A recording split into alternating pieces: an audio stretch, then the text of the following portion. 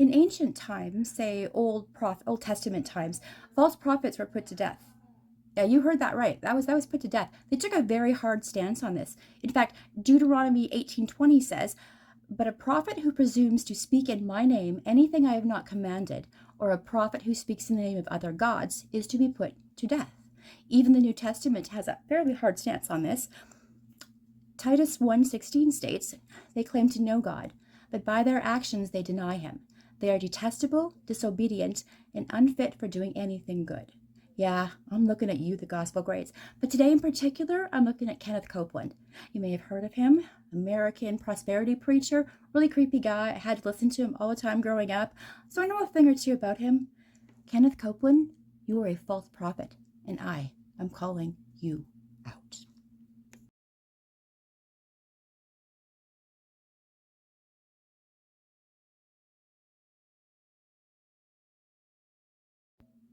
Seriously, have you been led so far astray that you would weaponize my Jesus for your political preferences?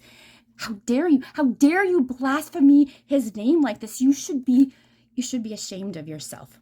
But as 2 Timothy 4:3 says, "For the time will come when people will not put up with sound doctrine.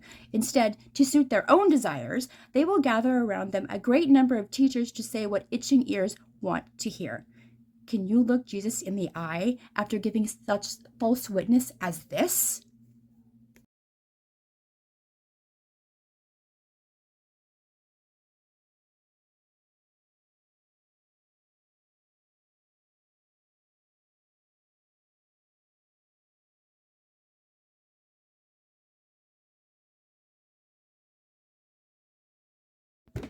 First of all, Copeland, God gave us free will.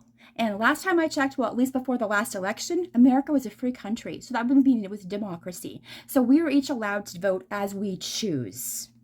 Now, I understand that from your choice of friends, you're not so big on democracy, are you? We can tell. But I got a little math for you, and this is going to require more than your fingers and toes. So I'm going to need you to sit down, straighten up a little bit, and think, okay? I got some facts here. There are around 600,000 abortions performed in America each year. And this was, of course, before Roe versus Wade was overturned. Now, simple math tells us that it would take 108 years for 65 million abortions to have been performed. This will take us back to about 1916. In 1916, Margaret Sanger, whatever, she did open a clinic, and it was a birth control clinic, and she very strongly discouraged abortions.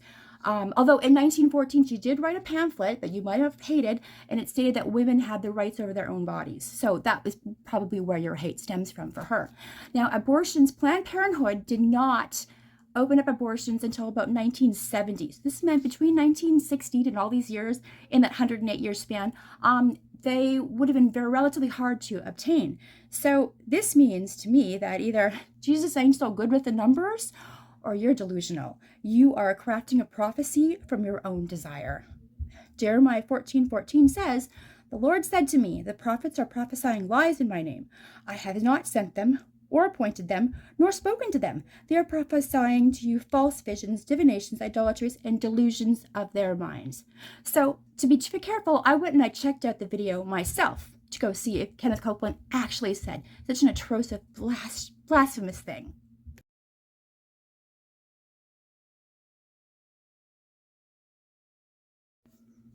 Copeland, you are a vain, weak, unintelligent, blasphemous viper. I know you did not receive a vision from Jesus Christ, and you know you did not either. You bore false witness. You've taken his name in vain. How dare you spread false prophecy about Jesus? How dare you make him out to be an intellectual idiot just because that's who you prove yourself to be? How dare you weaponize his name? How dare you weaponize the name above all names for control, political gain, and for your own vast, greedy self? You sold yourself so cheaply, and how dare you influence the people you deceived to sell themselves in that same fashion? How dare you lead people astray and tarnish his name with your warped and delusional words?